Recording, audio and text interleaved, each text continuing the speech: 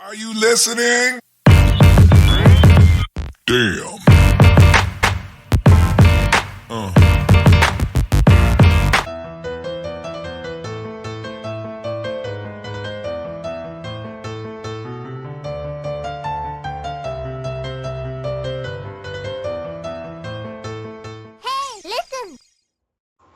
Ah, caralho, tá gravando. Ainda bem que eu sempre deixo esses bloopers na edição. Mas você sabe que você vai ter que fazer, né? Teve um delay aqui até aparecer, tipo, gravação, sabe? Eu tava... Enfim. Bom dia, boa tarde, boa noite, boa madrugada para você que nos escuta. Estamos chegando com mais um episódio do Forever Young. Nós prometemos e estamos cumprindo a nossa promessa, tá? Parabéns pra gente aí. Salva de palmas para os profissionais aqui. Quem quer introduzir o tema de hoje, por favor? Ai, Tá, demorou. Mete não seja o Shai Hulud. Que isso, cara? Então, hoje o episódio é sobre... Caraca, então, Duna, né? Não sei nem como introduzir adequadamente esse tema, porque eu sou muito fã. Cusão de minhoca gigante. Pois tipo, eu sou muito fã de Duna, assim, tem bastante tempo, e eu fiquei muito feliz que fizeram essas adaptações e o jeito que elas fizeram. Então eu fiquei meio que insistindo um pouquinho pra gente trazer esse tema, porque... Fomos coagidos, tá? Vamos pois é. Não, mentira. Ele não insistiu, ele falou. Aí eu e o Jordan ficamos assim, ih, cara, aí vem o Aslan com as frituras dele, né? Não, cada um sugeriu um tema, eu falei, galera, vamos rolar no dado? O que sair no dado, a gente aceita. O desgraçado filmou e saiu Duna 2 vezes no dado. Aí, né, são sinais de que... Essa que é a tal da sincronicidade que os jovens chamam aí. O jovem místico chama, a sincronicidade, é isso aí, não é? Vamos lá, brilha a estrelinha. Tinha sido profetizado, né? Isso. Que cairia. Exatamente. Isso, e foi o que rolou. E eu queria começar, né, assim, porque eu acho que ficção científica ainda é uma parada muito de nicho. E eu acredito que também é algo que está começando a ter um pouco mais de visibilidade. Eu trouxe uma definição de ficção científica da autora Ursula K. Le Guin, não sei como pronuncia. Também não sei se é Le Guin, mas... Le Guin, não sei. Foi de base. Foi de base. Não, mas eu lembrei da série, que eu não terminei de assistir ainda. Eu ainda nem vi, bicho. Nem comecei a ver. Não é tão ruim, mas o que ela diz é a ficção científica é frequentemente descrita e mesmo definida como extrapolativa. O escritor de ficção científica deve pegar uma tendência, o fenômeno do aqui e agora, purificá-lo, intensificá-lo para obter um efeito dramático e estendê-lo ao futuro. O que acontece, o que a gente tem como resultado da extrapolação, né? As obras de ficção científica estritamente extrapolativas geralmente chegam perto de onde o Clube de Roma chega, em algum lugar entre a extinção gradual da liberdade humana e a extinção total da vida terrestre. Isso pode explicar porque muitas pessoas não leem ficção científica, a descrevem como escapista, mas quando questionadas mais profundamente, admitem que não a leem porque é muito deprimente. Então, eu queria trazer essa definição porque eu penso, é um dos motivos pelos quais eu gosto da ficção científica, né? Porque a gente pega um elemento que nós estamos vivenciando e a gente imagina como que isso vai se desembolar no futuro. E Duna tem uma visão muito peculiar desse futuro, dessa experiência que está extrapolando. Porque em Duna não há um ênfase entre a relação com a tecnologia. A tecnologia ali é uma coisa analógica, uma coisa muito mecânica e próxima... retrocesso, de alguma forma, do que se esperaria de tecnologia para o futuro. Sim, é estranho nesse sentido, né? Até na escolha de armas deles, eles brigam com facas e espadas, porque eles têm um escudo que anula qualquer efeito balístico. É uma Sim. volta ao começo, né? Se a gente Então, for pensar assim, é uma volta ao começo da tecnologia, né? Uhum. velho, eu acho isso muito interessante, porque assim, eu odeio sci-fi. O meu rolê é medieval, o meu rolê é espadinha, o meu rolê é orelhinha pontuda, etc. E aí, a gente se conhece há quanto tempo? Ah, não sei, tem quase 10 anos. Quase 10 anos, né? Acho que é isso aí. Ah, Caralho, velho, quase 10 anos, meu Deus! Ai, quase 10 anos. Deve ter uns entre 7 e 8 anos, mais ou menos. por aí. E aí, uma das primeiras conversas assim que a gente teve a nível de o que você gosta e tal, o Aislan me falou de Duna. Porque é sci-fi, não sei o que, pipipi, popopó. E assim, esse negócio de arminha, raio laser, piu-piu, popô no espaço, é um negócio que, nossa, me cansa. Cansa minha beleza, cansa demais. Porque é justamente o contrário disso que Duna colocou, né? Que é uma exaltação da tecnologia. É uma masturbação em cima da tecnologia. E Duna me lembra muito aquela frase, né, que é atribuída ao Einstein, né, que ele não sabe como é que vai ser a terceira guerra, mas a quarta ele sabe que vai ser com pau e pedra. Uhum. Né? E Duna é exatamente isso, é pau e pedra. Sim, sim. E esse é um elemento que eu acho fantástico, porque ao rejeitar, né, a tecnologia, digamos, o aspecto mais de computação, né, da tecnologia, inteligência artificial, eles tiveram uma guerra, né? Toda essa coisa está num qual que é a palavra? Não sei o que você quer Não dizer. sei. Background? Prequel? E tem um fundo, tá? No fundo uma pós-guerra de uma guerra sagrada, né, que eles chamam contra a inteligência artificial e que quase acabou com a humanidade, e por isso decidimos todos abrir mão de computadores e celulares e coisas assim. O que aconteceu isso? Isso é um termo que eu roubei de Evangelion, tá? Depois, a consequência disso é uma instrumentalização humana, ou seja, nós somos especializados em uma série de coisas, condicionados geneticamente para ser muito bons em coisas muito específicas e substituir algumas coisas que as máquinas fariam, por exemplo.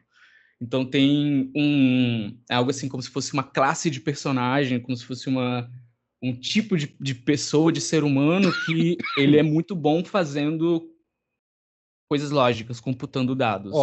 Eu queria falar nada não, mas isso aí tá lá nas historinhas do Superman, tá?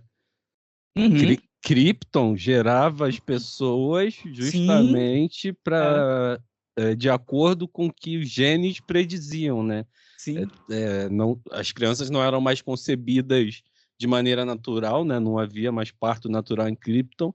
Os pais só davam os gametas e aí o computador ia ver, de acordo com aqueles gametas, o que aquela pessoa poderia fazer na vida, sacou? Qual que seria a maior possibilidade de sucesso que ele poderia ter. Assim. Bom, enfim. Então, aí você elimina esse computador que está computando essa melhor probabilidade, você coloca outro grupo de pessoas. Exato. Que Sim, são as Bene Gesserit. E elas são as que coletam o material genético específico para criar esse projeto humano de um aperfeiçoamento, afunilamento também, né? Pode-se dizer. E foi assim que o Brainiac destruiu Krypton. Pois Duna é plágio do Superman. Eu acho Tá que não. provado. Assim, mas a gente, vocês estão falando brincando, mas eu acho engraçado, era uma coisa que a gente até estava conversando ontem, né? Duna, quando a gente vai olhar, tem uma influência muito grande em outros lugares, porque tinha momentos que eu estava assistindo filme, e o Ais não sabe que o primeiro filme eu assisti em casa, e aí eu ficava perturbando ele pelo celular, e o segundo filme eu vi no cinema, porque acabou de sair. Mas eu ficava dizendo assim, caralho, velho, isso aqui é Game of Thrones no espaço. Uhum. Caralho, velho, isso aqui é não sei o que, não sei o que, não sei o que. Tipo, várias referências. E aí eu fui ficando chocada, porque o filme é muito interessante, a história é muito interessante. A gente espera conseguir passar esse interesse para vocês. Eu fui comprada, tá, Aislan? Parabéns, você finalmente conseguiu, 9 anos depois. Lisan Al-Gaib! Lisan Al-Gaib! Mas o bagulho é muito louco, porque Duna precede, inclusive, vários conceitos não só de outras obras, mas, inclusive, alguns outros conceitos acadêmicos. Então, por exemplo, Duna é de 65, não é? O livro é de 65. Uhum. Aquele outro livro no qual o Edward Said fala sobre o que é orientalismo é de 70 e poucos, né? Então, não é que a situação não existia, por exemplo, né, que eu estou querendo citar aqui como exemplo é o orientalismo. Não é que o orientalismo não existisse enquanto um fenômeno, que a gente sabe que existia, mas aquilo ali foi conceituado pós-Duna. Sim. Star Wars veio pós-Duna. E é muito chupinhado, eu fiquei chocada com isso. Sim. Mas é chupinhado num nível, Jordan, que assim, dá vergonha. Mas esse é o efeito Freud. do espírito Não, da época. Velho, não, espírito da época é o ovo esquerdo. Velho, é chupinhado. É tipo Freud fazendo o conceito de pulsão de morte lendo Sabina Spielheim. É cópia nesse nível.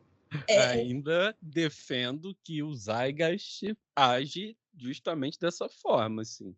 As coisas começam a parecer todas muito iguais, muito parecidas, porque se a gente está falando de uma obra de arte visionária, né, do que Jung chama de obra de arte visionária, que é aquela que transcende o criador, né, que de fato vai trazer elementos arquetípicos ali que movimentam a psique social, ela vai reverberar em todo o resto, assim, vai ecoar em tudo que é produzido academicamente, em outras formas de mídia. Jordan, uma coisa é Zeitgeist, eu entendo. Outra coisa é o negócio é de 65 e o outro filme é de 77. Isso não é necessariamente Zeitgeist no caso de Star Wars. No caso de Star Wars é cópia mesmo, é inspiração direta. Diretona. A cópia não é um movimento precedido pelo espírito da época? Porque, pensa, se o espírito da época produz algo com tanto valor, é de se pensar que vai se tentar replicar isso, sacou? De alguma forma. Mas assim, eu entendo o que você está falando e eu não sei se eu estou conseguindo me expressar, mas é muito direto. Quando você assistir o filme, você vai ver, tipo, caralho, eu achei que isso vinha de Star Wars, não vem dali. Uhum.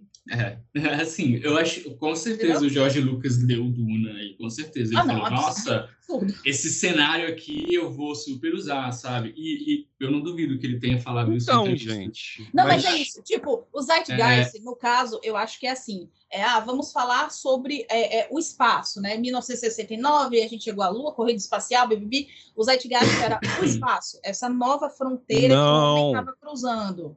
No Zeitgeist também vão aparecer alguns movimentos pequenos, assim, mas que fazem parte dessa obra de arte visionária. A obra de arte visionária, ela vai gerar impactos, assim, muito profundos mesmo, sacou? Então não se restringiria só ao tema, se a gente está falando de uma obra de arte visionária que está alinhada com o Zeitgeist. Vai, de fato, para além, sacou? Tudo bem, mas assim, é chupinhado. Eu acho que o Zeitgeist, você pode se inspirar em coisas. Os gatos do Ayrton brigando, pegando pau no fundo. Para ilustrar a gente pegando pau aqui. Não é que você não pode se inspirar, não é que isso vai falar de pequenas coisas e de grandes coisas, de macro e microcosmo, não é sobre isso. Mas é que o cara fez assim, sabe aquele meme do Mr. Bean? Aqui meu exercício, pode fazer, mas não faz igual? Uhum. E aí vem, tipo, vem os romanos e fala assim, Apolo, Júpiter, entendeu? Quando você assistir, você vai ver que é uma cópia direta. E a questão eu não acho que cópias diretas sejam necessariamente uma influência, não sejam necessariamente assim os Zeitgeist. Eu acho que tem uma influência, mas você vê quando o negócio é copiado mesmo, não é... Eu vou continuar discordando justamente porque no meu trabalho teve um trecho lá que eu estava falando do momento histórico da criação dos quadrinhos, né? E aí você teve o Superman e, de repente, 1 milhão de cópias do Superman apareceram, né? Mas foram inspiradas pelo movimento inicial do Zeitgeist, sacou? Então, acho que a gente vai ficar em pontos contrários na, na observação desse fenômeno, assim, mas tudo bem também. Não, tá tudo bem também. Demorou até pra você me dar uma carteirada. No meu trabalho, ponto carteirada número 1. Ok. Desculpa, Demorou, mas ela veio. A intenção não foi essa, é porque de fato eu observei esse fenômeno de um outro lugar, né, cara? Do lugar diferente do que você tá falando, assim. Não quer dizer que vale mais ou menos, pelo amor de Deus, não é isso.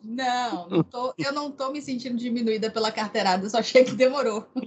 E eu não ia perder essa piada. Mas enfim, quando você assistir, tipo, você vai ficar meio chocado, tipo, caralho, velho, que sem vergonhice da porra. Pelo menos eu fiquei. O negócio do... Assim, a gente esqueceu de falar. Galera, vai ter spoiler, tá? Obviamente, né? Se você não viu os filmes, se você não leu os livros, eu não li os livros, eu só vi os filmes, saiba que vai ter spoiler. Problema técnico. Não, a gente interrompeu e aí a gente tava papeando, esperando você voltar. Então, tecnologia me odeia. Eu troquei de PC e agora acho que vai estar de boas. Ela odeia porque ela tá entendendo que no futuro, entendeu?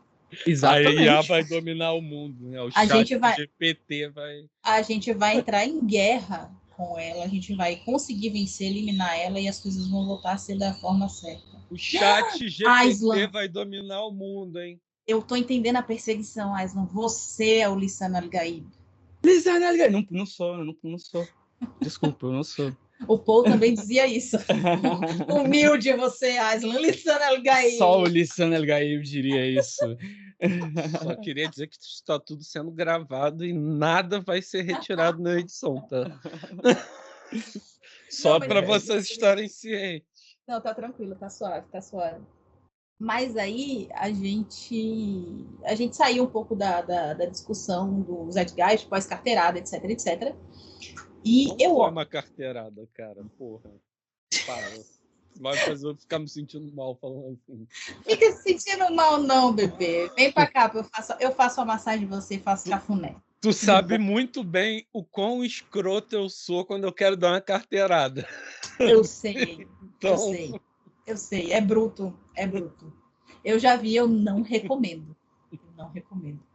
Mas assim, para além voltando, né, para o rolê, vai ter spoilers, certo? Vai ter spoilers do filme, vai ter spoilers do livro. Se você não assistiu, problema seu.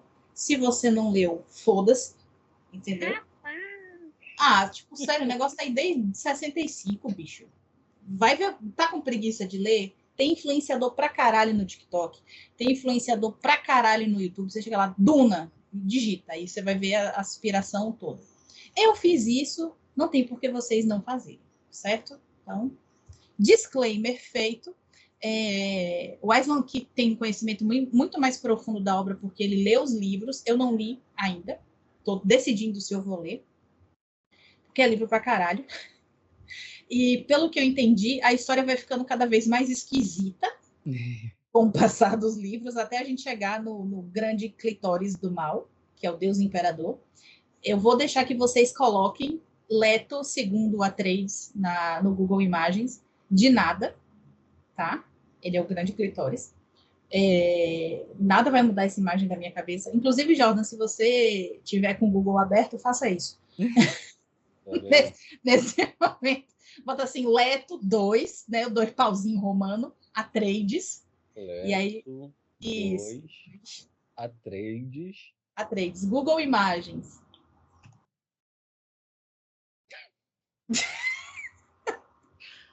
Tem todo o capuz clitorial, né? Assim, seria um belo de um clitóris, assim, um grelão. Não tem Pois é. como usar outra palavra pra me Então, referir a isso. É o Deus Imperador Grelo. é o Deus, então é muito difícil, né? Enfim, mas a gente pensou algumas coisas que, assim, eu acho que Haja são... bomba pra ficar desse tamanho. Nossa, e ele tomou, viu? Tomou xixi de verme aí até doer. Mas, assim, tem vários aspectos, porque para além de zeitgeist, de pop, etc, etc, etc, a história, ela traz uma série de conceitos que, assim, é o que eu estava falando com o Jordan. Eu fui assistir, Aisla, eu preciso confessar, eu fui assistir de muita má vontade. Eu sei. Eu sentei com uma caneta, um caderno do lado. Você estava esperando lasers Nossa, e... sim. Eu tava esperando uma desgraça tipo Star Wars. Eu falei, caralho, eu odeio Island. E aí, assim, Uma desgraça tipo Star Wars. A quantidade de hater que essa simples frase proferida por você vai nos trazer, eu não quero nem ver. Se for xingar, vai xingar na DM dela. Não vem falar com ninguém, não. ai, gente, Eu não desculpa. tenho nada a ver com isso. Confesso que eu também não gosto muito de Star Wars, não. Não, eu não gosto, mas, tipo, meu padrasto gosta, ele ama. Eu já dei, tipo, box dos filmes pra ele. Eu já fui no cinema com ele. Eu shippo a Reylo, entendeu? Mas, assim, não é minha xícara de chá. Não é minha vibe. E aí eu sentei para assistir, tipo, muito mal-humorada, e no final do filme eu virei para a Liomar e falei assim, cara, a gente precisa ver isso no cinema. A gente precisa ver o segundo no cinema, porque isso é muito bom. Porque tem Jung, tem colonialismo, tem persona e sombra, tem tipo psicológico, tem controle e doutrinação, tá ok? Tem tudo! Tem Da tudo onde- isso. Da onde que veio esse sotaque carioca? Esse carioquês do nada que te baixou assim, meu irmão? É porque o ex-presidente dessa desgraça desse país estava aqui ontem. Que Filha da puta. parada, hein? Tá Bicho, maluco, vai se fuder, menor. engarrafou a cidade assim. Que isso? Papo reto? A quantidade de corno que tinha no É aeroporto. bizarro como isso continua Caralho, acontecendo, cara. rapaz. Enfim, Paul Atreides estava aqui ontem. Ah, É isso só que é isso. polêmico. Paul Atreides estava aqui ontem. Né? Isso é bem polêmico. May thy knife chip and shatter. Então, assim, Nossa. tem vários temas que, assim, a gente ficou fritando, eu fiquei fritando e eu ficava mandando áudio pro Aislan. Aislan, não sei o que, não sei o que, não sei o que. E o Aislan, hahaha, dando Foi risada. quase tipo, que em tempo real, assim, o comentário dela assistindo. Foi divertido. E aí, eu adorei o filme. Quem não curte, eu, porra, super recomendo. É um negócio, assim, muito louco. E aí, vamos começar a falar das coisas que a gente viu, efetivamente? Vamos. Vamos. Você quer introduzir por onde? Você quer falar dos Mentates, da Bene Gesserit? O que você quer falar? Então, eu acho assim, só queria meio que fechar essa questão, né? Que eu localizo Duna como uma coisa profundamente antropocêntrica, porque não tem nenhuma outra forma, digamos, entre aspas, consciente que eles interajam que não seja humana, em algum grau, sabe?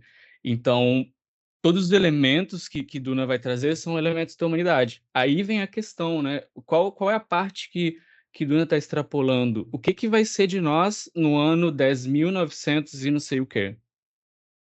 Né? Nada. E, Se tiver nós, né? Assim, Já acabou o planeta faz tempo. Ou a gente vaza daqui, ou... Não, mas em Duna vazamos. a ideia é justamente essa. Em Duna, a gente tem uma diáspora humana. Uhum. E aí, olha outra coisa, nós temos uma diáspora. E aí a galera, cada agrupamento humano que vai para seus respectivos planetas, eles acabam tendo que se adaptar àquela conjuntura, né? No filme, você vê alguns desses locais. Você vê Caladan, que é de onde vem a família Atreides, né? Aí a gente Sim. começa a entrar numa coisa meio Game of Thrones, a Casa Atreides. É literalmente assim que chama. Aí você vê aquele outro lado, Optimus Prime, né? O Gage Prime, é isso? Gage Prime? Gage Prime, sim. Gage Prime, que é dos Harkonnen, que, tipo, a galera acha que são os vilões, assim, spoiler, não tem ninguém bonzinho Todo nesse mundo é rolê. vilão, gente. Todo mundo é ruim nesse trem. A única pessoa menos, assim, a pessoa menos ruim, a mais boa, eu acho que é o Duncan. Mas você... Não confio na sua escolha. Eita! Ele não confia porque quem faz é o Momoa. E sim, eu sei que o Momoa é anti-vax, mas assim, Não, cara. eu sou a puta do Momoa. Não. Então, Ratinho! eu acho que os personagens mais bonzinhos são, o povo de Duna, sabe? Fremen. Os Fremen, exato.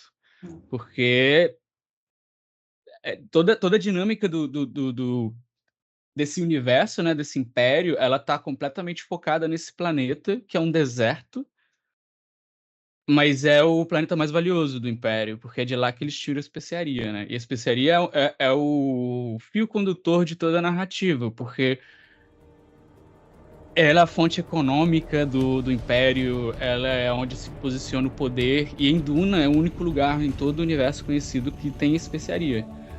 E, resumindo, né, quem controla a especiaria controla tudo, controla o universo. Eis a questão. E os Fremen são o povo originário de Duna. Então eu acho que eles são, de fato, os bonzinhos da história. Mas Duna é uma história onde os bonzinhos só se fodem. Entregou o Jordan. Entregou o Jordan. Entregou. Alerta de gatinho. Então, sobe os créditos. Valeu. Show de bola. Mas assim, qual é o fio condutor do rolê? Depois dessa guerra, né, que a humanidade tem com a IA, a gente, assim, acelerando muito o rolê e sendo muito simplista. Chama Jihad Bluteriana. Depois da primeira jihad, a gente tem uma diáspora humana pelo universo e, assim, cada população ali vai povoando, cada planeta, as pessoas vão se modificando, pipi.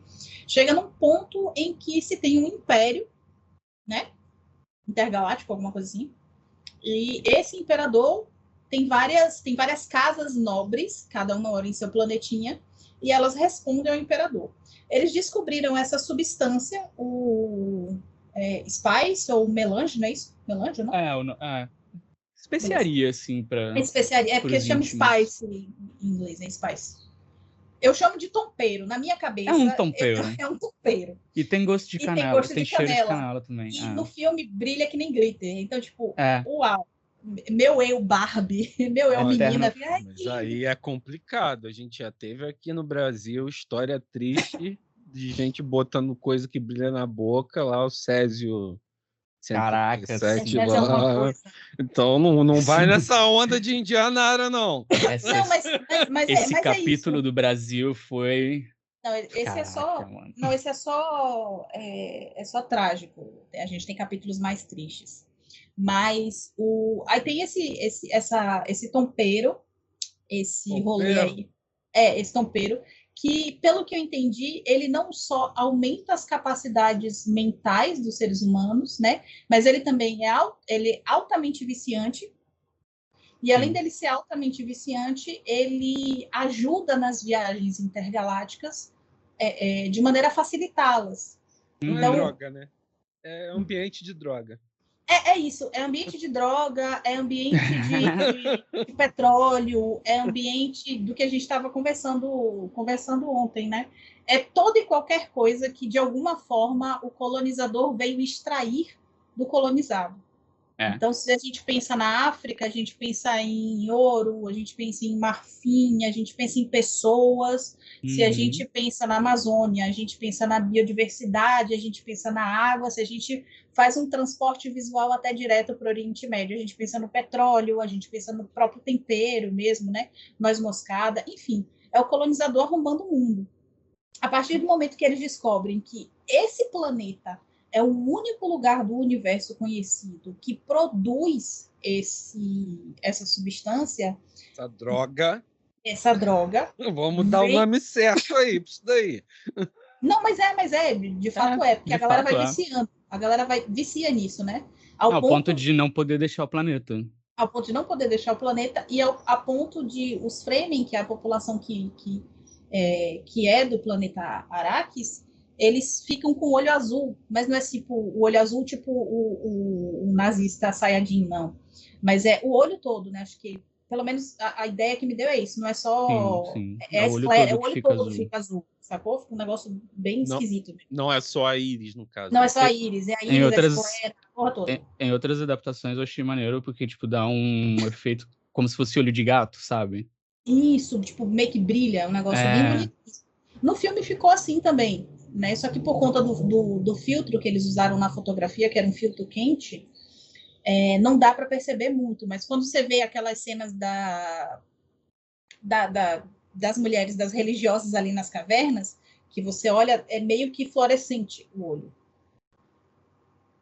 Mas, enfim, Sim. é esse o rolê da história. Então, aí a gente tem uma puta de uma substância que faz o mundo todo, o mundo conhecido, né, o universo conhecido funcionar. Sem aquela substância, o universo conhecido não funciona.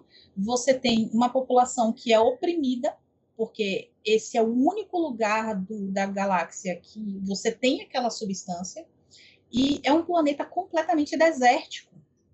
Eles optaram por não terraformar aquele planeta, por colocar essa população para continuar vivendo naquele tipo de miséria, porque se eles fizessem isso, eles eliminariam a produção e a coleta do melange. Não é isso? Sim. Entendi certo? Eles mantêm aquele planeta daquele jeito porque eles precisam de manter o planeta daquele jeito, sabe? Isso. Quando... rapidinho, só para fechar. E aí tem-se uma lenda, um mito de uma pessoa que vai vir de fora, e essa pessoa que vai vir de fora, que é a voz que vem de fora, vai ajudar a guiar essa população rumo ao paraíso, rumo a essa vida melhor. Mito messiânico, né? Mito messiânico total. Só que quando você lê assim, é uma história comum. Só que quando você vai ver nos detalhes, a gente vê que 10 mil anos atrás, não sei quantos mil anos atrás, esse mito, ele não é autóctone, ele não nasce do povo, ele foi implantado no povo por uma dessas organizações. Sim, pelas missionárias profetisas. Elas passavam pelos planetas mais, digamos, periféricos, né, do Império, levando esses mitos para quando o projeto delas tivesse terminado. Mas até aí, nada diferente do que acontecia nos períodos de expansionismo aí ao longo da história humana, né? Exatamente. Assim, os mitos dos dominadores eram levados como sendo a realidade a ser absorvida, e aí veio todo o sincretismo, toda essa putaria de misturar as coisas religiosas, e deu no que deu, né?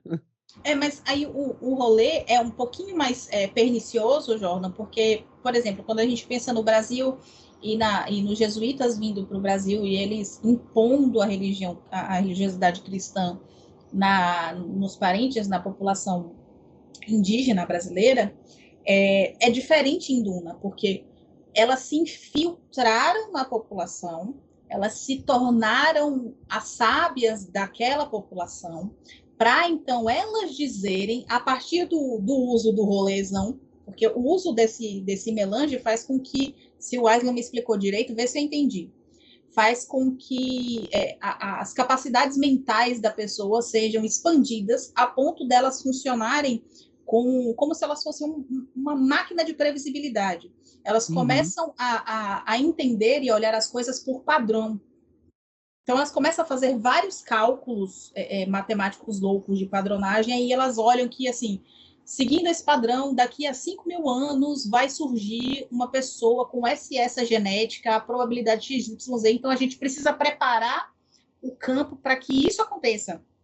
Sim, assim, no caso delas, né, das Bene Gesserit, é muito mais, nós precisamos desses passos para chegar nessa pessoa, e nós vamos fazer isso. Tá ligado? E então, o trabalho cultural que elas fazem é só um aspecto do projeto que elas estão fazendo. Porque Gente, mas o cristianismo cresceu, foi assim.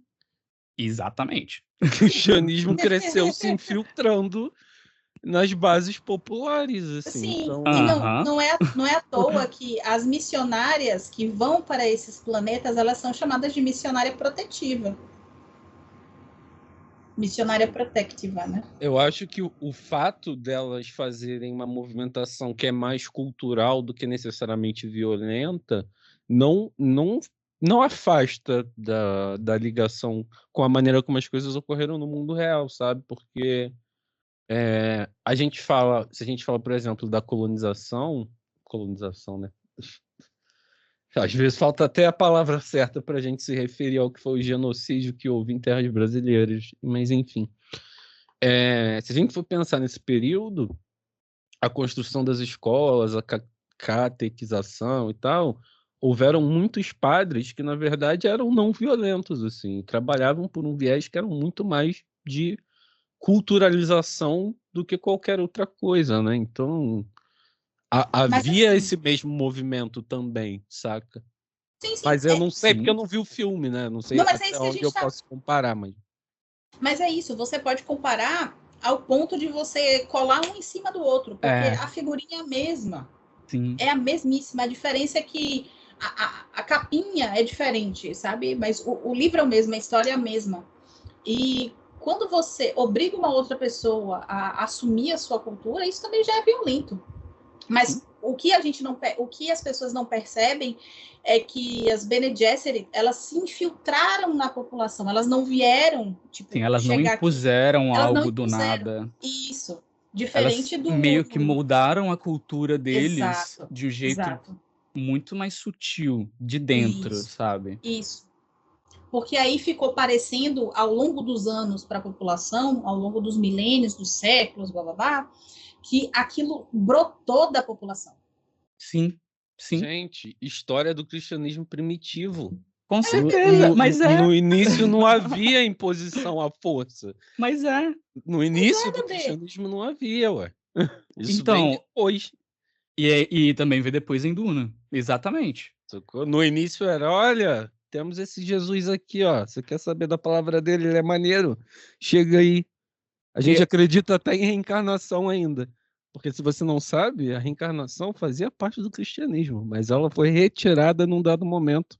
Sim, bebê, mas é isso, não é? Chega aqui que eu tenho esse cara legal. É tipo, eu chego na sua casa, eu do nada me mudo para aí, moro aí, eu faço parecer que na verdade eu sou sua irmã, ou que eu sou sua tia, ou que eu sou sua parente, e aí eu começo a lhe dizer, não, porque eu sonhei com um bagulho, cara.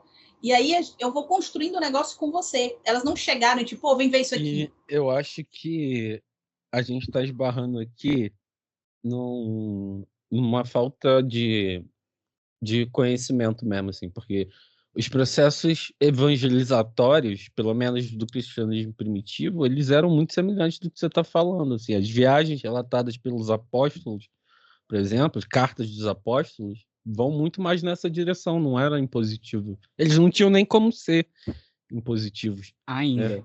Sim, ainda Jordan, não tinha. sim, E eu sei. é para lá que a gente está indo.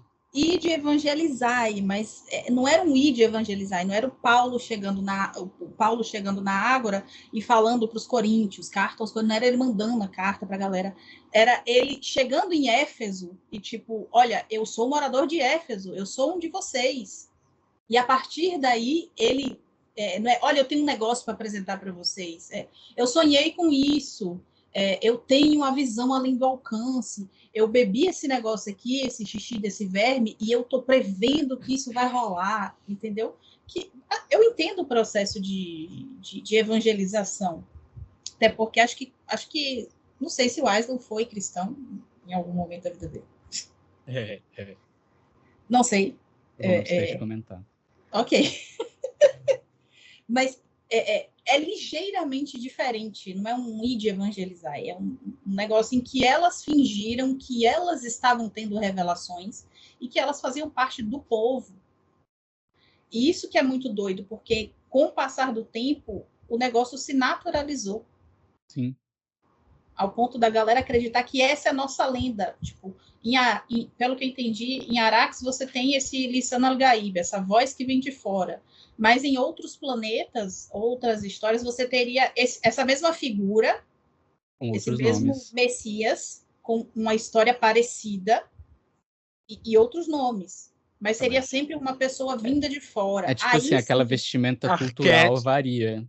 Arquétipo Sim, versus imagem arquetípica, né? mas exatamente. O eis o mito é ponto. narrado arquetipicamente, mas é culturalmente diversificado pelas imagens arquetípicas de cada lugar e de cada população. A questão aqui em Duna é que a gente está falando dessa manipulação, porque as Bene Gesserits vão e falam, virá um escolhido. E todo mundo, virá um escolhido. E por outro lado, as Bene Gesserits dizem, e nós vamos criar ele. Elas dizem para elas não falam Sim, pro povo, entre não. elas estão criando esse escolhido que elas estão espalhando o que virá, sabe? E entra a parte também das casas, porque o que que as Bene Gesserits fazem? Elas são as conselheiras, de algum jeito, elas são as cortesãs, né? As concubinas dos nobres. Então elas estão coletando o material genético de todas as casas nobres e fazendo um projeto eugenético bizarro. O produto final desse projeto é chamado de o encurtador dos caminhos por ela. Na comunidade de Duna, de memes de Duna, ele é conhecido como Pug Atreides, porque ele é um Pug. Ele é um cruzamento Fuga 3. para criar uma coisa que não existia antes e deu em um Pug. Funciona meio que como uma profecia autorrealizadora, Jordan, sabe? Sim, Tipo, eu vou fazer de tudo para essa profecia dar certo, só que essa profecia não é uma profecia, é um negócio é que um eu inventei. projeto, É um um projeto. projeto tipo para a humanidade, sabe? Assim, Eu tô aqui, na verdade, brisando numa outra parada dentro da dinâmica junguiana, que seria se houvesse a possibilidade de conscientemente a gente, de fato, controlar esses rumos arquetípicos, né? Vamos supor, se durante X anos um número Y de pessoas de alguma forma vivenciassem tal situação, o quanto tempo demoraria para isso se exprimir arquetipicamente, sacou? aí, Bene Gesserit, pegou, porra. Não, então, é por isso. É exatamente por isso. E aí, como esse fenômeno. Será que esse fenômeno seria possível no mundo real? Porque se a gente for parar para pensar historicamente, foi isso que aconteceu, mas não necessariamente diretamente, né? Às vezes veio de uma invasão de um povo contra o outro, às vezes veio de uma conquista, enfim, pode ter inúmeros motivos, migração, naturalmente, mas será que em algum lugar desse psicoide que o arquétipo contempla, né, não existe de fato essa interseção com a realidade e aí a sincronicidade se faz presente por conta disso? Porque aí tem um evento de sincronicidade, né? Obrigatoriamente, a partir do momento que você reverbera esse arquétipo aí, né? Ou esse mito, na verdade, reverbera esse mito com as suas imagens arquetípicas próprias, existe a esperança de que, de alguma maneira, isso se materialize a partir das suas ações, né? Como se a consciência pudesse influenciar o inconsciente, sei lá. É uma boa questão, e eu acho que o que se coloca na obra é que tudo isso é previsto por. Como é que é o nome daquilo? Então, Gente, eu coloco, como eu é o coloco nome? Duna, uma das coisas centrais de Duna é a presciência, né? Isso, probabilidade. A presciência é uma parada que eles falam muito, é um termo, naturalmente, que eles usam do jeito deles, né? E Sim, basicamente, esse é o superpoder do Pug Atreides, sim. né? Do Paul Atreides. Ele é presciente, ele sabe o que vai acontecer de algum jeito, ele consegue prever algumas coisas alguns resultados, alguns efeitos das ações dele. Então, mas numa perspectiva junguiana, a consciência também teria parte dessa possibilidade, né? Mas não completamente. Por isso que os Sim. elementos precisam ficar inconscientes, né? Pro Pug Atreides, tecnicamente, não tem isso. não teria consciência, no caso. Porque não haveria. É isso, eu não sei se não teria consciência, mas não haveria sincronicidade, Jordan. Entendeu? Não tem Não tem porque sincronicidade. todos os fatos que a gente poderia chamar de sincronísticos também foram previstos e implantados. Isso. Então, Entendeu? nós temos sim uma maquiagem, cara. Tipo, de que esse cara é um salvador, esse cara é um messias, esse cara é a voz que veio de fora. Porque ele é, literalmente, ele é de outro planeta. E, tipo, essa é uma parte que eu acho muito maneiro, porque o filme faz um paralelo. Eles têm a previsão de que, esse cara vai seguir nossos costumes como se ele sempre tivesse morado aqui. A verdade é que o cara viu uns documentários. Então, no filme, eles deixam isso muito mais visível, de que todas esses sinais que calhou que o Paul Atreides era o cara que estava nesse planeta. E calhou que ele era um produto desse projeto maluco de genética. Mas tudo o que ele faz, dentro dessa ideia da presciência dele saber o que aconteceu e o que vai acontecer, tipo, ele sabe que aquilo foi colocado. Mas assim, puxando um pouco fora da obra. Ou não sei. Fiquei Não sei, confusa. Peraí, vai. não, calma. Calma que eu fiquei confusa. Caralho.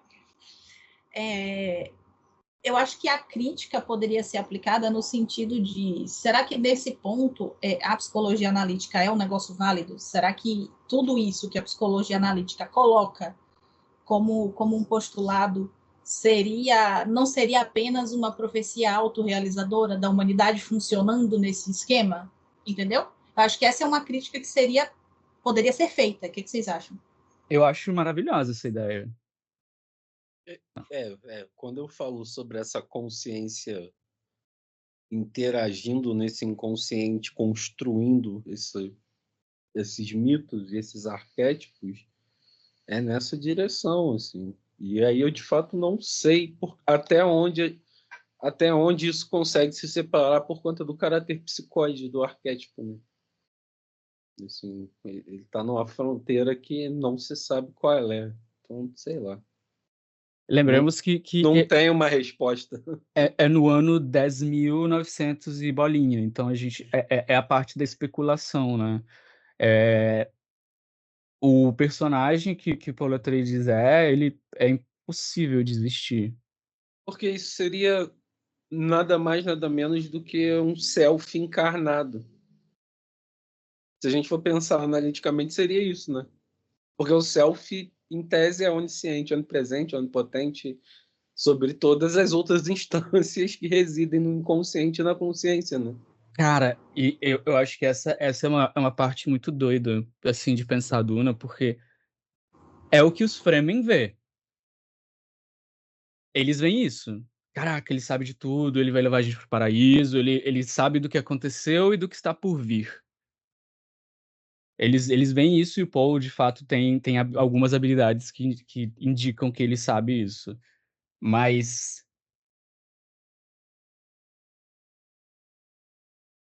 volto para a presciência e para essa questão, né, como é que é a profecia autorrealizada. Ao mesmo tempo, essa ideia de, ele é um cara que tá nessa interseção perfeita entre consciente e inconsciente, ele sabe o que tá por vir para ele. E ele sabe quão inescapável talvez seja esse destino. E Duna, para mim, ela é uma tragédia dos moldes mais clássicos gregos, né? Você pode ver Paul Atreides como um Édipo também, como a gente estava discutindo, né, Indiana? Porque ele segue toda essa questão, cara. Édipo tá o tempo todo ouvindo dos outros, para de mexer nisso, você vai se fuder, não vai por aí, você vai se fuder. E, tipo, Édipo tá o tempo todo. Paul Atreides sabe desde o começo da história, assim, que tem alguma coisa que bem pesada que vai acontecer. Mas isso é uma construção arquetípica do próprio mito do herói, assim, Sim, mais antigo, né? Assim, porque acho que às vezes muitas pessoas, quando a gente fala de mito do herói, jornada do herói, acreditam que isso seja uma coisa única, mas a real é que houve nuances históricas, né? A jornada do herói foi se modificando em alguns elementos com o tempo, né? Então, você tem um núcleo central, mas você tem também intercambiação de alguns elementos, enfim, tem especificidades aí. E essa ciência de que o seu destino é contra você é parte fundamental do mito heróico grego, cara. Uhum. Todo mito heróico grego, o cara sabe que tem alguma merda na vida dele, assim. Sim. Ah, meu pai é um deus, meu pai virou um cisne, comeu minha mãe. Ah, fui banhado nas águas do rio, que eu não lembro o nome agora, mas me seguraram pela ponta do calcanhar e minha única fraqueza é o tendão de Aquiles, sabe? No mito grego é muito claro que existe um nêmesis, né? De que o destino joga contra, de que as moiras, as parcas são inimigas enquanto tecem a tapeçaria do destino. Uhum. Né? Então, talvez o que pegue tanto e ressoe tanto em termos arquetípicos é porque ela resgata um tipo de mitologia do herói que é talvez da mais antiga, assim, né? Ou próximo da mais antiga. As mitologias de Gilgamesh vêm antes, na verdade, mas, enfim, o tipo de mito grego é muito e foi muito replicado historicamente, né? E ainda é. Ainda é. E tá no nome, Atreides, né, cara? Tipo, a referência a Grécia tá no sobrenome dessa casa. E assim, mas essa é a especulação, né? Pô, é o ano 10.900 e bolinha. Você sabe tudo isso. Você sabe tudo isso do mito, dessa relação, e vem a questão, né? É o uso do mito como uma ferramenta, o uso da cultura como uma ferramenta. Vamos criar essa figura para nossos propósitos. E aí vem essa coisa, né, cara? Que por mais que seja uma dinâmica da consciência, de configuração da consciência, ela é uma dinâmica coletiva, ela é uma dinâmica cultural. E eu acho que Duna explora isso, de como é uma ferramenta também. Tá, mas aí a gente entra nesse ponto da gente definir o que é o herói. Porque Sim. existe a definição, digamos assim, do senso comum do que é um herói, existe uma definição, eu acho que de personagem, né? Coisa do tipo, cada um, dentro da sua própria jornada, é um herói de si, né? Uma definição, sei lá, mais a nível de tecnologia de teatro, essas coisas assim. Não, até em Jungiana mesmo. Sim. Uma visão junguiana vai caminhar para essa direção do herói. Sim, e é isso. Em que nível o Paul é e não é um herói? Porque, assim, o Paul pode ser herói da própria história, dele ter entendido e dele ter feito uma escolha consciente de eu vou seguir por esta rota, porque eu vou seguir, porque safoda vocês, eu vou por aqui, é isso aí. Que foi o que ele fez. Ele seguiu a rota que ele viu para ele. Beleza? Beleza. Mas ele não é um white savior, ele não é um herói como foi colocado para os Fremen ver, né? Um herói que vai levá-los ao paraíso, etc. Sabe? Mas isso é o clássico herói grego, né? Assim, Aquiles era um puta herói grego, mas para os troianos ele era o capeta. Sim. O herói grego traz essa dualidade muito explicitada, né, cara? Com outros. Não, mas aí eu não estou falando necessariamente de ser um herói para mim, ser um herói para você, a nível de população, sabe? Tipo, para os gregos, Aquiles era o herói, para os troianos ele foi o escroto, né? Heitor era um herói para os troianos e Aquiles era mal encarnado. Sim. Né? Mas não é nesse ponto, eu estou falando dele, dessa dualidade dentro dele, porque o que ele ocasiona, a partir do momento que ele adquire essa presciência que é tomando lá o mijo da minhoca, mijo azul da minhoca. Mijo azul. O mijo azul. É muito tenso, Jordan. Recomendo que você veja, mídia azul. A partir do momento que ele toma, que ele adquire essa presciência, né, essa capacidade de cálculo de probabilidades, ele starta uma coisa que é imparável, Sim, é sabe? inevitável. Ah, É inevitável porque ele escolheu que fosse inevitável. Mas isso não é a própria vida? Assim, acho que antes de estar aqui, as coisas Não, não, seguiam não, rumo. não, mas não é isso. O que eu estou querendo trazer é o seguinte: o quanto isso é importante a nível psíquico, pessoal, etc., né? Mas o quanto isso mexe a nível social, porque uhum. ele é uma criatura que foi fabricada e ele escolheu estar nesse lugar de, ok, essa roupa que vocês estão me dando é essa roupa que eu vou Eu vou vestir. vestir. Ah. Vocês querem Messias, eu vou dar Messias para vocês.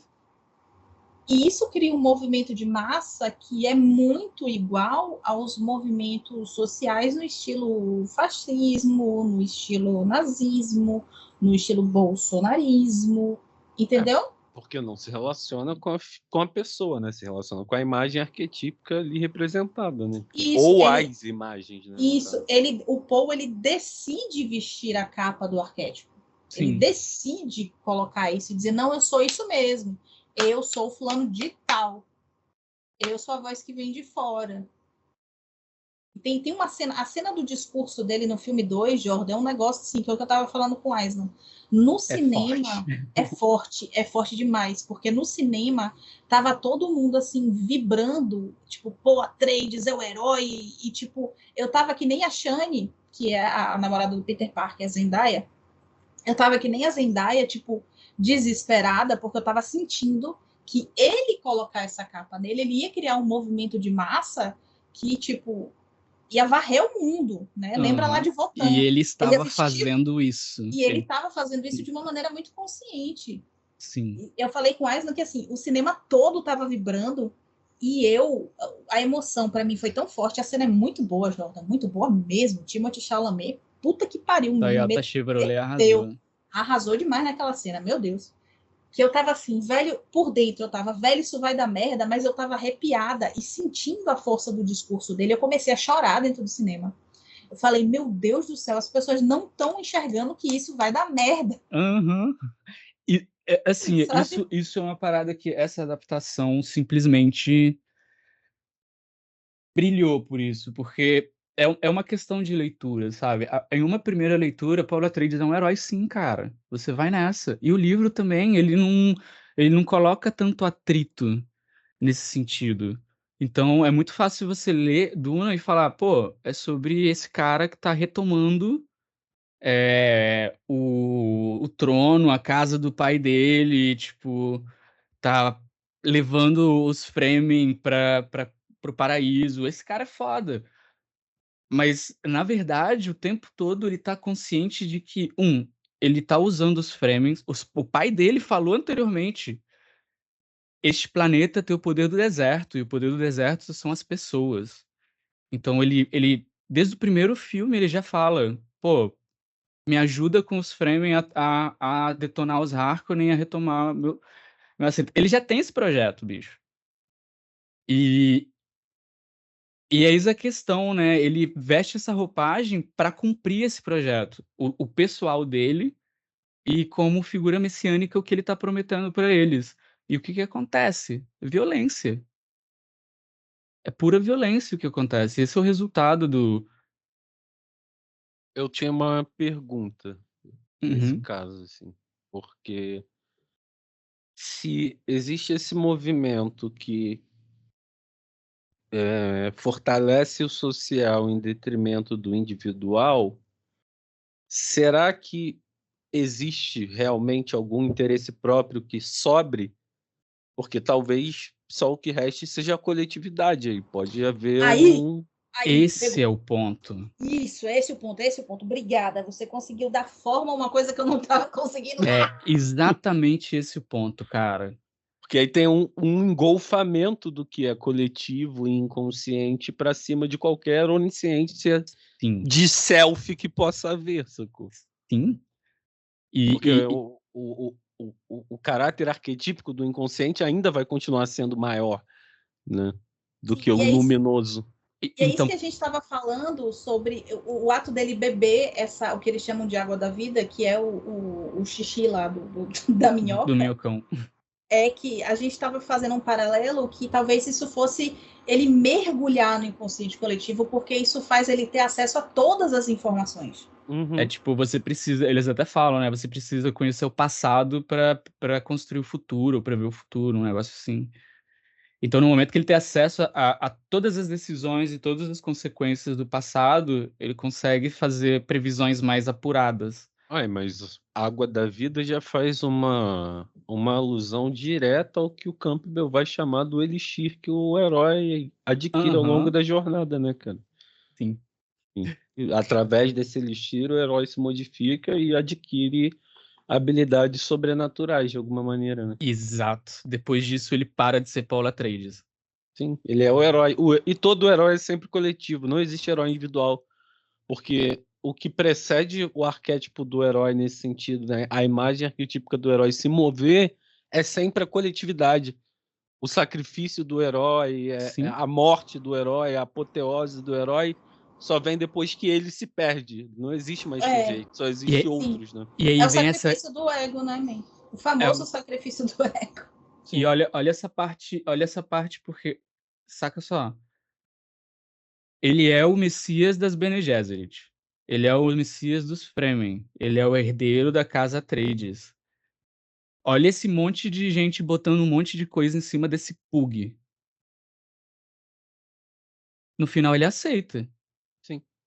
Né? Tipo, não no tem final ego que não tem, no final ele não é ninguém. E eu acho que o filme demonstra isso de um jeito muito maneiro, que tem um diálogo da mãe dele com a irmã, que isso é muito doido também, que a irmã fala, né, ele tá distraído, ele tá apaixonado, tipo, ele não tá... Peraí, você tem que dar o contexto pro Jordan entender. Porque ele começa ele vira o Peter Parker, né? Tipo, ele começa a namorar uma Fremen e ele tá na moral, em teoria, ele tá na moral, tipo, não, eu quero aprender do seu povo. Não. Antes, porque você tá falando da irmã do cara, você tem que explicar pro Jordan quem é a irmã do cara. É que isso aí você tem que assistir, brother, porque o jeito que eles colocaram é muito foda. Não, ele vai. Deixa eu explicar. Tá, não, deixa eu explicar. Eu quero. Você quer explicar? Sim. Eu tenho autismo, caralho! Tem que explicar pra ele, porra. O mijo do verme, ele é tomado pelas, tipo, sacerdotisas dos Fremens. A Jéssica, ela vai assumir como sacerdotisa desse povo, então ela bebe essa parada. Só que ela tava... é a mãe do Paulo. É a mãe do Atreides. Então, ela tava grávida. Então, ela tomou uma quantidade absurda de psicodélicos grávida. E essa criança é presciente, esse feto é presciente. Então tem várias cenas da Jéssica conversando com a irmãzinha do Paul Atreides no ventre, sabe? Tem a voz dela e tem cenas de um feto se mexer. É muito doido isso. Quero ver isso não. E é muito doido porque, tipo... É esquisito porque mostra os estágios do desenvolvimento do bebê, Jordan. E não é assim, ai, minha filhinha linda, eu te amo, e a mãe passando a mão da barriga. É não. Tipo, ai, minha filha, eu te amo. E a menina responde, mas eu acho que meu irmão tá apaixonado demais, vai colocar o plano Exatamente. A perder, viu, minha mãe? Se ligue. A menina responde. Exatamente. E essa cena, né, que ele tá meio se misturando com os Fremen, tem esse diálogo de... ele tá apaixonado, ele só tá apaixonado. Se ele beber a água da vida, ele vai entender. Ou seja, ele vai entender que, de um jeito ou de outro, Paul Atreides não existe. Ele é essa força bizarra que tem que fazer alguma coisa. Mas é alguma coisa pelo coletivo. Eu acho que eu entendo o mito do herói, cara, sempre em paralelo com... Jordan, você tá com o microfone afastado, a gente não tá te ouvindo. É verdade, tá bem baixo. Mal. Ok. Que diga aí, man. Ah, sim, o que você estava falando? Não, a que eu falei é que a incorporação do arquétipo do herói vai trazer sempre algo pro coletivo mesmo, não tem jeito. Toda vez que esse arquétipo aparece essa característica. Eu acho que tem que ser vista em paralelo com o coletivo. Porque o herói é uma figura coletiva. Ele pode ser um indivíduo, mas é um indivíduo que faz algo para uma comunidade, né? Para uma cultura. É sempre para além dele. Exato. Então, Embora possa haver algum interesse próprio, os sim, frutos do que ele produz é sempre para além dele. sim. E essa é a maldição do Paulo Atreides, né? Ele deixa de. Ele realmente cumpre tudo que ele prevê e que ele quer.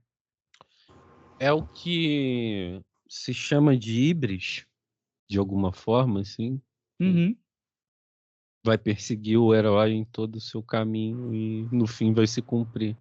E aqui eu quero introduzir, e eu vou literalmente introduzir e largar o personagem aqui para vocês conversarem. E aí você tem que explicar o negócio direito, Wesley. Tá. O Feyd-Rautha. Sim. Tá.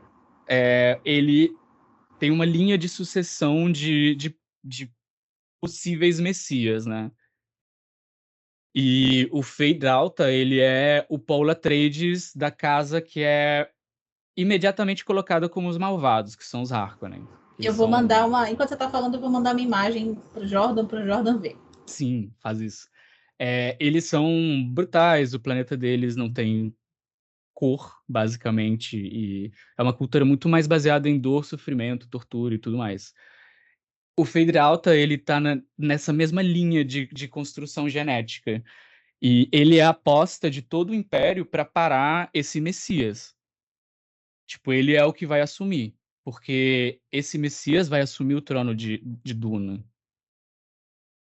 Então a ideia seria puramente política também, casar ele com a filha do imperador e tudo mais. Ele é o perfeito oposto do Paul Atreides, geneticamente e como valores, vamos dizer Moralmente. assim. Exato, moralmente. O cara é um psicopata, assim. Paul Atreides também é, mas... Não, ele é mais um sociopata. E eles são colocados muito em paralelo, principalmente no duelo final, que a Indianara até fez uma observação que eu achei muito maneira ontem, que foi como tudo que o Feyd-Rautha ele faz com a consciência de que é um deboche de si mesmo, é um deboche de toda a situação. Mas é o papel da sombra, né? Uhum. A sombra, ao se manifestar, pode adquirir essa característica travessa, dissimulada, né? Aí, se tiver até uma manifestação de uma imagem arquetípica de um trickster, talvez, sei lá. Tem caminhos aí de como isso pode acontecer. E ele é literalmente tão literal que um é a sombra do outro, sabe? Porque o Feyd-Rautha, ele é agressivo, ele é ruim, ele mata como se tivesse descartando as coisas, sabe? Tipo, tô jogando um pedaço de papel fora. E essa cena final que eu passei, só a imagenzinha do início do duelo, é muito interessante, porque você vai vendo os dois personagens, você vai vendo Paul sendo construído, cada vez mais sendo elevado a um outro local, e o Feyd-Rautha como... eu já vi a foto desse cabeça de pica, já.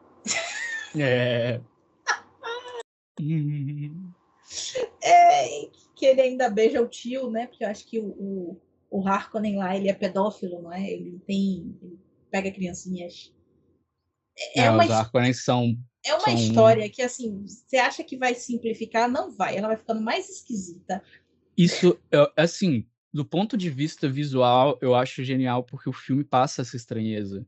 Você tem muitos elementos que são familiares, você reconhece, cultura, né? Tipo, brutalismo da arquitetura, coisas assim.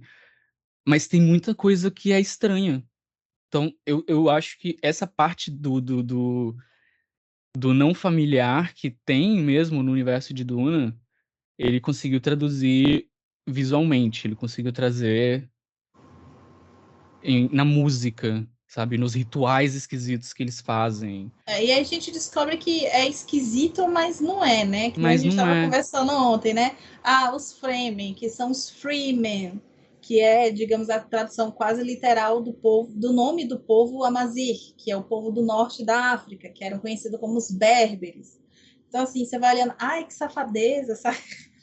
Sim, e são Ai, que paralelos safado. que a gente pode ir colocando, por exemplo, eu tava falando com a Indianara aqui, olha o paralelo entre os Atreides e os Harkonnen, né? Que eles são Sim, duas sim. casas que estão em guerra, uma guerra de vingança eterna. Tipo, um tava se vingando do outro porque o outro estava se vingando dele antes, ou alguma coisa assim. Um ciclo de vingança infindável. Os Harkonnen têm uma estrutura e uma perspectiva que remetem a, cara, coisas bem muito militarizadas, a coisas muito. Eu diria que Jordan, a quando per- você. Diga, Hum? diga, diga, diga. Diga, Não, meu, diga, eu diga. só ia falar que é a perspectiva do ocidental sobre os russos, por exemplo. Jordan, quando você vê o filme, assim, a fotografia é Ela belíssima. fala muito, A fotografia grita na sua cara o que Assim, é. gente, eu vou ser muito honesto, assim. Dadas minhas condições psíquicas Ah, neuroatípicas, é muito difícil eu me impressionar com filmes, assim, por melhores que eles sejam, assim, por efeitos visuais como um todo. Só, não, mas a gente não só, tá. só para dizer que. Só para não quebrar a expectativa de vocês depois que eu assisti, tá bom? não é Não, cara, feita. não é. A gente não tá É... falando de efeito. Inclusive, ele é um filme muito barato comparado a outros filmes. Ele foi Não, 190 mas eu falo em euros. fotografia, eu falo um visual como um todo, assim. O aspecto visual não costuma ser algo que me impressiona. Você vai. Entendeu? Mas é isso. Você vai se Você vai. impressionar, talvez não nessa medida, mas não porque é esteticamente bonito, não porque é algo arrebatador, mas porque você entende qual é a mensagem por trás daquela fotografia. Sim. É por isso, não é porque assim, ai, tá perfeito, tá estética. Não, você entende o porquê daquele planeta ser preto e branco. Ele consegue traçar.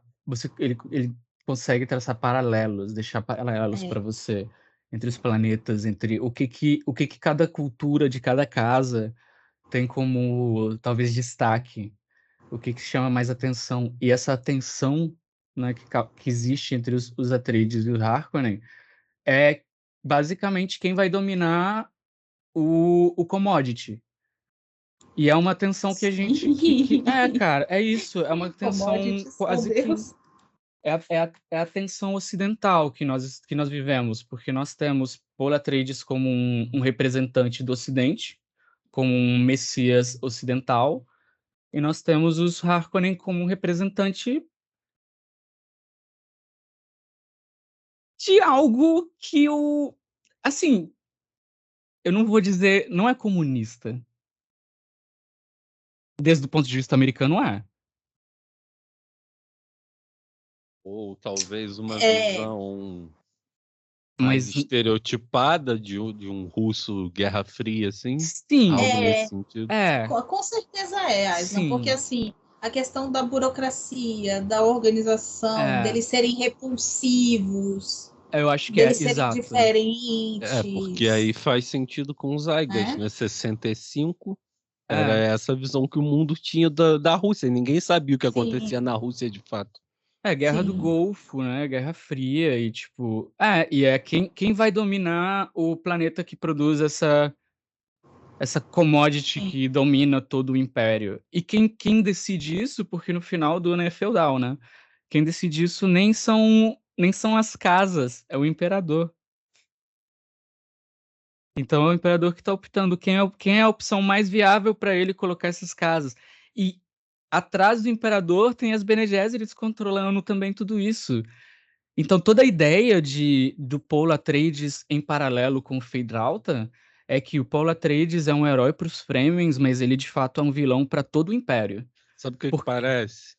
Hum. Parece aquele meme que tem, tipo assim, um fantoche, aí mostra o cara puxando o fantoche, aí depois tem um Aham. cara puxando o cara que puxa o fantoche, Sim, Isso, e isso, um outro isso. que puxa o fantoche. sim, E assim cara. vai escalonando a de... Exatamente. Exatamente. Exatamente. Exatamente. E aí a gente entra num outro ponto, que é o que eu falei com o Island, tipo, ai, ninguém percebe, ninguém tá percebendo. Aí eu falei com o Island, cara, não tem muitas vezes como a gente perceber determinadas nuances e sutilezas dentro de todo esse processo, porque a nossa estética, e aí você pode falar, Jordan, com muito mais conhecimento de causa do que eu, mas a estética é feita para você admirar a estética do colonizador. É feito para você Uhum. admirar a estética branca. É feito, você está entendendo? É feito para você admirar e achar bonito aquele tipo de corpo, aquele tipo de história, aquele tipo de situação, né? Tanto que eu estava conversando isso com, a gente estava batendo papo sobre isso ontem.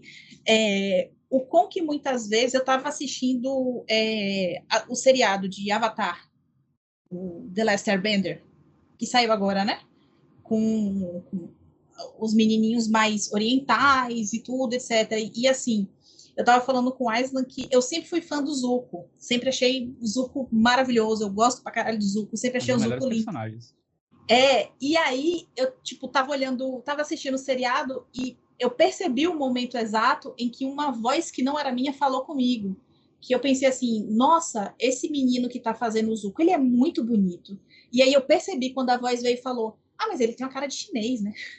Mas tipo, sabe? E aí, na hora, eu travei o pensamento, eu falei, cara, esse pensamento não é meu. Não é meu, porque eu sempre achei o estereótipo do asiático, do Middle East para lá, muito bonito. Então, da onde veio esse pensamento na minha cabeça que me disse que cara de chinês não é bonita? Esse é o impacto da colonização, que Exato. cria esses estereótipos e esses mitos, né? Que também são mitos raciais que se constroem. Exato. E aí, quando você olha e vê as pessoas todas não entendendo Duna, eu não sei se eu posso culpar essas pessoas por não entender Duna. Você entende? Sim. A primeira Mas vez que eu aí- vi Duna, eu também não entendi desse lado, sabe? Primeira vez que eu entrei em contato com essa história. Mas Eu- aí é que tá também, gente, o poder do que Jung chama da obra de arte visionária, né? Ela toca quem tem algum grau para ser tocado, né? Por mais que ela ecoe um conteúdo arquetípico do caralho, ela só faz sentido se a consciência de quem entra em contato com ela, ou inconsciente, vai saber, de alguma forma puder receber esse conteúdo e formar essa relação dialética, né? Senão não bate, né? Não vinga nada dali. Nada se produz dessa relação. Sim, sim. E você precisa ter um certo chão para você enxergar colonialismo. Você precisa ter um certo chão. Eu não estou falando chão só na questão do grounding, né? Estou falando de você ter estudado, de você ter se aberto para novas possibilidades, para novas oportunidades, novos tipos de relação, novas relações com pessoas, para que você consiga ampliar o seu horizonte, para você entender, para você conseguir pegar isso no seu radar. Senão vai ser, o Paul é o herói do filme e ele é o salvador dos Fremen. Vira essa dicotomia, né? Entendeu? Bem Pois é. versus mal, e se resume somente a um estágio de mito que é muito simplório, né? É um mito pouquíssimo desenvolvido nesse sentido, né? Essa dialética só bem versus mal é um mito sem muita profundidade, né? Não tem muitos impactos psicológicos. Sim, sim. Eu acho que esse é um aspecto que a gente, enquanto cultura, tem que começar a se questionar. Com certeza. Por isso que eu acho o processo de descolonização, decolonização do pensamento, das relações, das atitudes muito importantes. É da própria vida, cara. Tem que ser de tudo, assim. Não dá para particionar. Eu vou me decoloniar nos relacionamentos e só. Ou eu vou me decoloniar. Aí não é decoloniar, aí é fetichizar. Saca? É fetichizar. Então, ou é uma parada que você embarca, meu amigo, ou então nem entra, porque o seu olhar vai ficar racializado, você vai ficar muito crítico para as coisas nesse sentido, e às vezes é mais maldição do que bênção, sendo bem sincero. Assim. Mas enxergar as coisas é uma maldição. E Gente, é sobre isso. Inclusive, é sobre isso. A gente está fazendo um movimento circular. É muito esquisito isso, porque eu já falei isso aqui algumas vezes, eu tenho alguns apelidos na minha família, porque eu sou a pessoa de pele mais escura da minha família, que, assim, são bizarros. Sabe? O menos pior desses apelidos é preta, mas bola 7, sabão de mula, rolo de fumo.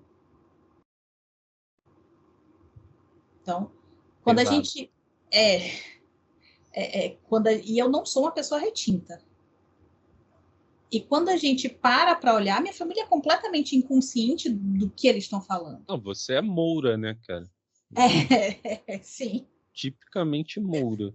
sim. Inclusive, Ah, a curvinha do nariz. Até porque, assim, acho que vale o parênteses, tá, gente? Não é necessariamente a cor da pele, não é necessariamente como esse fenótipo da pele se manifesta, que diz respeito à questão da racialização para negro ou branco, para essa diferenciação entre negro e branco, tá?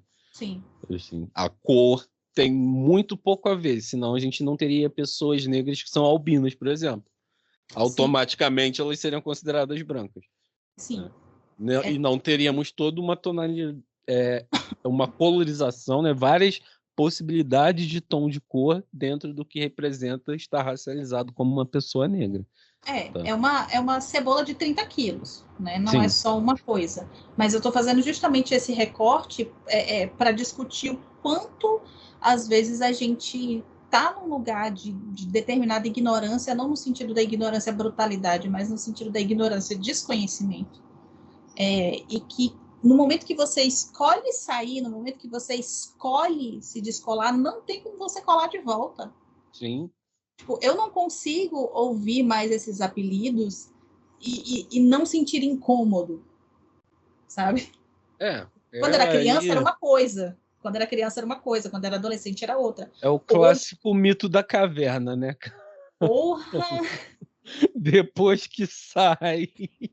Depois que sai, não tem como voltar, irmão. E aí é muito complicado isso. Para tudo, como você falou, para todos os âmbitos, não só para esses pequenos detalhes, mas também para as relações, para a forma como a gente coloca. Se escolhe, sabe? Não só para o que se escolhe, é para como de fato as coisas são.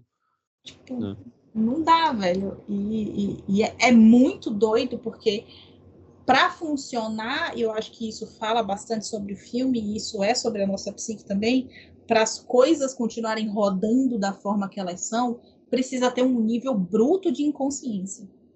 Sempre. Precisa estar num nível bruto de aquilo ser emocional. E isso vira piada no filme, Jordan, porque tem um personagem chamado Stilgar, que ele é o cara que meio que introduz o Paul nos Fremen. É ele quem aceita o Paul primeiro. E aí isso virou meme na internet porque o Paul respira, aí ele fala, Lisan al-Gaib. Tipo, o Paul anda da maneira correta, ele fala, ó lá, ele andando certinho, Lisan al-Gaib. Eles até recriaram aquela cena do Monty Python, A Vida de Brian. E tipo, você é o Messias. Não, eu não sou o Messias. Ele é humilde, só o Messias diria isso. Isso. Ele é muito humilde, só o Messias diria um negócio desse. Entendeu? E virou meme. Mesmo dentro do cinema, a galera começou a rir de perceber o quão inconsciente aquilo era. Como essa rasteirinha do Stilgar funcionou, né, cara? Demais. Mas o símbolo só funciona se tiver aspecto inconsciente, né? Se não tiver aspecto inconsciente, não é símbolo, né? Já perdeu o poder de movimentar a consciência de alguma forma, né? E aí, por símbolo, entendam arquetípico, entendam arquétipo também. Tá? São coisas que precisam ter um grau de inconsciência. O arquétipo só funciona desconhecido. Pelo menos em alguma parte, assim. Por isso ele nunca vem pra cima de vez. Não tem como. Por isso que eu vou falar aqui, eu vou ficar puto aqui nesta porra com a ideia de ativar arquétipo, tá? Vai ativar arquétipo na casa do caralho. Não ativa porra de arquétipo nenhuma, isso não existe. Muito obrigado pelo espaço. Pode seguir o programa aí. Sigamos o programa. E eu acho que tem a personagem, né, a Shani, o interesse romântico do Paul e a Zendaya. Eu acho que ela faz também esse paralelo com o Stilgar, porque onde o cara tá totalmente inconsciente do que aquilo significava, do que aquilo estava acontecendo, ela estava totalmente consciente do oposto. Isso aí é uma piração que aquelas moças vieram e implantaram no nosso povo. Sim, e eu achei isso muito lindo, porque assim, o Stilgar estava ali, não, Lissana Al-Gaib, Aham. Lissana Al-Gaib, e aí o Paul chega e fala, o que é que ele tem? Ele acha que o Salvador vai vir de fora, aí ele pergunta, tá, mas e o que é que vocês acham? O Salvador é Fremen, Uhum. ele tem que vir de nós, ele vem da gente, ele não vai vir de fora. São os Fremen que vão fazer isso, com a luta, enfim. A Shani, pelo menos na adaptação do filme, eu achei ela uma personagem maravilhosa. Achei muito boa mesmo. É irado. E tem a questão dos nomes também, né? Porque o Lisan Al-Gaib é a voz que vem de fora, mas eles têm outro, é o Mahdi, que esse é o Messias Fremen. Mas, mais uma vez, o Paul é um cabide que eles penduram todos, porque esse processo e essa relação dele com a Shani confirma toda a fé cega que o Stilgar tem nele e transformam o Paul Atreides em um Fremen. Aqui, só É. pra tirar uma dúvida aqui, são quantos livros? São 6 livros, mas Que pariu, hein? Calma. Calma, tem Tipo, mais. a Vila, história- vem mais. A história da família Atreides, elas são... Bom, do Paul Atreides são 2 livros. Aí depois começa a parte mais esquisita, que é a parte do minhocão. Essa aí eu não quero nem saber. Mas eu acho que é importante também trazer isso, porque são 2 figuras messiânicas, sabe? O Paul Atreides é uma figura... Não, desculpa. Um não é messiânico. Paul Atreides é um messias. O filho dele é Deus, tá ligado? E também é messiânico. Ué. É o Eu, mesmo mito, né? é um bagulho muito doido, porque É o mesmo ele... mito. Onde o Paul Atreides começa a se desprender dos cabides, né? Ele, ele vai pro deserto e tudo mais para fugir desse destino horrível que ele já criou. Que no final, Paul Atreides morre, mas Muad'Dib, Mardil, Al-Gaib vai continuar para sempre. O filho dele assume a outra parte dessa maldita profecia ou desse destino maluco que eles têm e conhecem. Mas E esse é o mesmo movimento que a Electra faz, não é? Não é o nome dela Electra? quem é Electra? É Electra? O nome da filha de Édipo? Não é Electra? Ou eu tô confundindo? É muita Não, gente. não, a filha de Electra é irmã de Orestes. Antígona! Antígona, isso. Antígona. Antígona, filha de Édipo. Isso. Não, a Antígona tá querendo ajudar, tá querendo enterrar o pai, né? Basicamente, o que o Leto Atreides faz é virar... É tipo assim, agora não tem um mito mais. Eu sou uma coisa eterna que sabe de tudo, e todos vocês estão presos a mim, porque tem um plano no fundo de tudo isso que a gente está conversando, que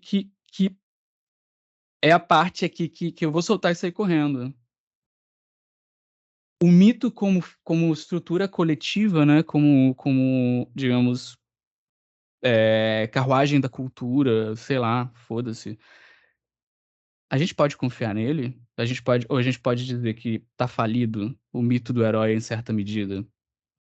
Porque a gente sabe que acaba mal. Nem o mito tá falido. Porque eles sempre cumprem o propósito, assim. O propósito do mito não é necessariamente ser bom, né? É ser uma história sobre a própria vida. E a gente sabe que finais tristes existem na vida, assim. O mito não é um conto de fada. Se você estivesse falando de conto de fada, eu concordaria, porque o conto de fada reimaginado para o século XXI eles viveram vamos lá. felizes para sempre. Eu já ia argumentar com você aqui, mas que bom Sim, que você mas já fez esse é o plano de fundo que eu tô tentando trazer, porque a mensagem, o filme todo é controle. Quem controla a especiaria controla o universo. Você é humano se você controla seus instintos, seus impulsos. O Gom Jabbar, né? Aquele teste das Bene Gesserit, que eles têm que enfiar a mão em uma caixa e com uma agulha no pescoço, e se eles tirarem a mão da caixa, eles morrem. E essa caixa vai causar dor. Assim que eles determinam o que é humano, se você é capaz de se controlar. Normal No nos final, mitos de transição, né? Nos mitos de rito de passagem, né? no final, Sempre tem uma confrontação entre a vida e a morte, né, de alguma forma. Cara, o mito das Bene Gesserit é um mito que elas querem controlar. Por isso Feyd-Rautha é a figura sombria de fato, mas mesmo sendo um psicopata, ele é elegível, porque ele é controlável. O Paul Atreides não é controlável por elas. Ele não está sendo controlado por essa organização, mas ele está sendo controlado por outras coisas. Por todo o resto, não. Sim, então é nesse sentido que eu tô dizendo, sabe? Tipo, quando o mito não é espontâneo, será que a gente deveria de confiar nele? Mas como se cria um mito? Como que a gente vai... Pois é. A gente não tá falando de Bolsonaro, não, tá, gente? De outro tipo de... Mas é por aí, né, cara? É por aí, porque não se cria um mito, você não cria um mito conscientemente. Não. Não, Ele é um Assim ato como não espontâneo. manipula um arquétipo conscientemente. exato. Então, não sei. Porque Olha essa filosofia toda aí. Que, Não tá fazendo bem pra você, hein, cara? Vamos cortar isso aí, bicho. Mas vamos é que maneirar nas doses diárias de filosofia. é aquela coisa de é o que eu tava falando o que eu trouxe na definição da Úrsula, né, cara? Que se a gente vai por esse fio, né? E por que Duna é ficção científica? Porque se ele pega e extrapola essa história humana, e por isso que eu digo que é muito antropocêntrica, porque é humana, é sobre mitos, sobre o coletivo, sobre essa tribo humana. E a gente olha debaixo de todas essas coisas, essas camadas culturais, a gente vê o controle. E por que eu tô trazendo também essa questão da presciência como algo muito importante? Porque, para mim, Duna é sobre você saber o que vai acontecer. E Assim, a gente sabe, a gente consegue fazer previsões bastante apuradas hoje do que vai acontecer. eu Por acho exemplo, que ecologicamente, cara. isso tem alguns aspectos, né? Algumas dimensões que eu consigo enxergar. A primeira delas é que, obviamente, de alguma maneira, quando a gente fala de um conteúdo inconsciente se manifestando, ele está fora do tempo e espaço como a gente conhece, né? Então, nessa extrapolação, mesmo essa extrapolação indo mais longe do que a consciência talvez alcance inicialmente, né? Ele sempre vai trazer algum elemento nessa direção, enfim, de movimentar a psique, de organizar, enfim, né? Porque é uma história humana e a psique Sim, vai continuar se organizando da forma que ela da se mesma forma organizou. que ela conhece e que funciona, porque a Sim, gente não pode esquecer que, embora a psique seja um centro de inovação, ela também é um centro de conservadorismo. claro. O que funciona é o que vai ser mantido. É por isso que as neuroses estão aí e não pretendem sair tão cedo, porque elas funcionam. Elas servem ao seu propósito, né? O segundo ponto é um ponto que é, da minha perspectiva, um ponto que talvez passe pela teoria da evolução, né? Mas não a teoria da evolução pensada como design inteligente. Então tem uma consciência que sabe que tudo vai dar certo ou não. Mas a teoria da evolução de fato como é, né? As probabilidades existem, os conflitos entre o indivíduo e o meio vão existir e vai sobreviver aquele que for mais apto à sobrevivência ali, né? Então talvez tenha uma perspectiva evolucionista aí. Definitivamente. Será que de fato essa presciência não é só a percepção de como esses conflitos com a natureza vão acontecer, já que no fundo, o destino não vai ser mudado, Uhum. né? Não é quase- Space Magic, cara. Não tem nada, nenhum superpoder. É por aí. É uma tipo, em algum momento a humanidade tomou a rédea da evolução e começou a cruzar pessoas com diferentes traços.